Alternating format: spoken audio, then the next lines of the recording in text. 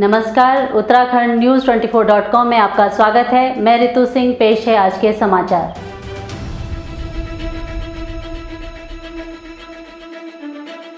चंपावत का चुनाव, कांग्रेस प्रत्याशी के नामांकन में नहीं पहुंचे हरीश रावत और प्रीतम सिंह, भाजपा ने ली चुटकी। चंपावत उपचुनाव में जीत का दावा कर रही कांग्रेस के दो महारथी पूर्व सीएम हरीश रावत और पूर्व नेता प्रतिपक्ष व विधायक प्रीतम सिंह पार्टी प्रत्याशी निर्मला गहतोड़ी के नामांकन में नहीं पहुंच पाए। इसे पार्टी की अंदरूनी गुटबंदी से जोड़कर देखा जा रहा है। इस बीच भाजपा ने दोनों दिग्गजों की गैर मौजूदगी पर चुटकी ली है। पार्टी ने कहा कि कांग्रेस को हालात का पूर्वानुमान हो गया है और एक बार फिर उसकी कलई खुल चुकी है। प्रीतम बुधवार को देहरादून में थे और शाम को उन्होंने मुख्यमंत्री पुष्कर सिंह धामी से मुलाकात भी की। हालांकि पार्टी के वरिष्ठ नेता मथुरा दत्त जोशी ने कहा कि हरीश रावत उदयपुर में कांग्रेस के चिंतन शिविर में शामिल होने गए हैं। वह 20 मई के बाद पार्टी प्रत्याशी के चुनाव प्रचार में जाएंगे। रेलवे यात्रियों के लिए जरूरी खबर, 20 मई को रद्द रहेंगी 4 ट्रेनें, 6 केवल हरिद्वार तक जाएंगी। मोतीचूर यार्ड में पीएनआई और एएनआई कार्य के लिए 12 से 20 मई तक ब्लॉक रहेगा, जिसके चलते देहरादून तक जाने वाली 4 ट्रेनें 20 मई को रद्द रहेंगी, जबकि ऋषिकेश जाने वाली 6 ट्रेनें 17, 19 और 20 मई के बीच हरिद्वार तक ही जाएंगी और यहां से रवाना होंगी। उत्तर रेलवे मुरादाबाद रेल मंडल के वरिष्ठ मंडल वाणिज्य प्रबंधक सुधीर सिंह ने बताया कि मोतीचूर स्टेशन के मध्य 20 मई को सुबह 9:30 से शाम 4 बजे तक ट्रैफिक व ओएचई ब्लॉक लेकर ब्रिज नंबर 28 पर गार्डर रखने का कार्य किया जाएगा, जबकि आज बृहस्पतिवार से 20 मई तक मोतीचूर यार्ड में पीएनआई व एएनआई कार्य के लिए ब्लॉक लेकर मरम्मत कार्य किया जाएगा। चारधाम यात्रा, सरकार के 2 मंत्रियों को मिली व्यवस्था की जिम्मेदारी, शासन ने एहतियातन उठाया कदम। मुख्यमंत्री पुष्कर सिंह धामी ने चारधाम यात्रा की व्यवस्थाओं की निगरानी और अनुश्रवण के लिए सरकार के 2 कैबिनेट मंत्रियों, स्वास्थ्य मंत्री डॉक्टर धन सिंह रावत को केदारनाथ धाम और वन मंत्री सुबोध उनियाल को बद्रीनाथ धाम की जिम्मेदारी दी है। मौसम और कठिन परिस्थितियों के चलते बुजुर्ग और पहले से बीमार कई तीर्थयात्रियों की मौत भी हो चुकी है। यात्रा पर निगाह बनाए हुए प्रधानमंत्री कार्यालय ने भी राज्य सरकार से इस बारे में रिपोर्ट मांगी है। मुख्यमंत्री ने पहले चारधाम यात्रा के लिए ऑनलाइन और ऑफलाइन रजिस्ट्रेशन को अनिवार्य करने के निर्देश दिए। साथ ही श्रद्धालुओं की बड़ी संख्या को देखते हुए धामों पर प्रतिदिन श्रद्धालुओं की संख्या बढ़ा दी गई। बुधवार को मुख्यमंत्री ने सचिवालय में अधिकारियों को चारधाम यात्रा में व्यवस्थाओं को और मजबूत किए जाने के निर्देश दिए। भारत के वैज्ञानिक विदेश के विश्वविद्यालय में बने डीन, गर्व के पल। भारतीय अमेरिकी पदार्थ वैज्ञानिक, इंजीनियर और प्रोफेसर डॉक्टर अरुण मजूमदार को स्टैनफोर्ड विश्वविद्यालय के जलवायु परिवर्तन और निरंतरता पर केंद्रित नए स्कूल का पहला डीन नामित किया गया है। मजूमदार 15 जून के स्कूल की कमान संभालेंगे। इसके बाद उनके सामने स्कूल का उद्घाटन कराने के साथ डीन के तौर पर खुद को साबित करने की जिम्मेदारी भी होगी।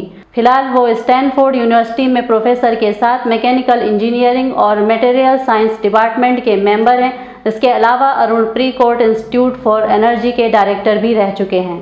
मंत्री धन सिंह रावत ने रखा शिक्षकों के ग्रीष्मकालीन अवकाश में 15 दिन की कटौती करने का प्रस्ताव।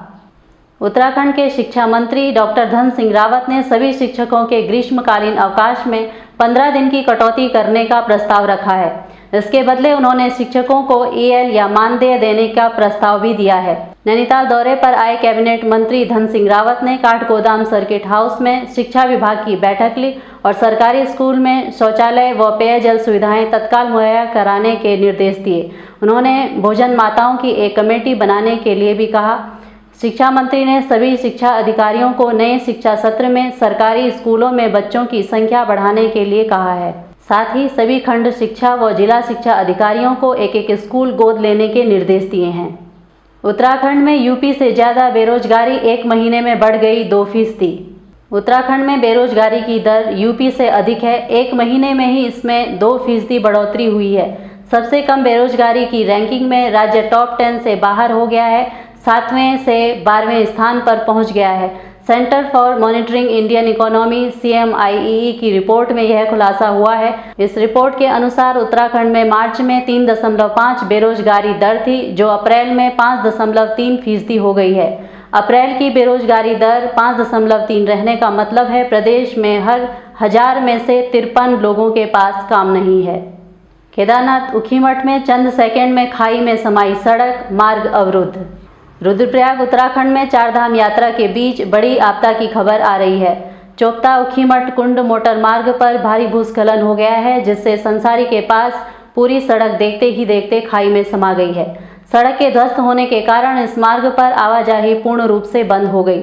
वहीं अब शासन ने रूट डाइवर्ट कर दिया है। केदारनाथ धाम यात्रा पर आए श्रद्धालुओं को अब बद्रीनाथ के लिए रुद्रप्रयाग, कर्णप्रयाग, चमोली मार्ग से भेजा जा रहा है। गौरतलब है कि पहाड़ों पर हो रहे निर्माण कार्यों के लिए भारी मशीनरी और विस्फोटकों आदि का प्रयोग होता है, जो पहाड़ों की नींव को भी हिला देते हैं, जिससे पहाड़ों में भूस्खलन, भूकंप आदि आ रहे हैं।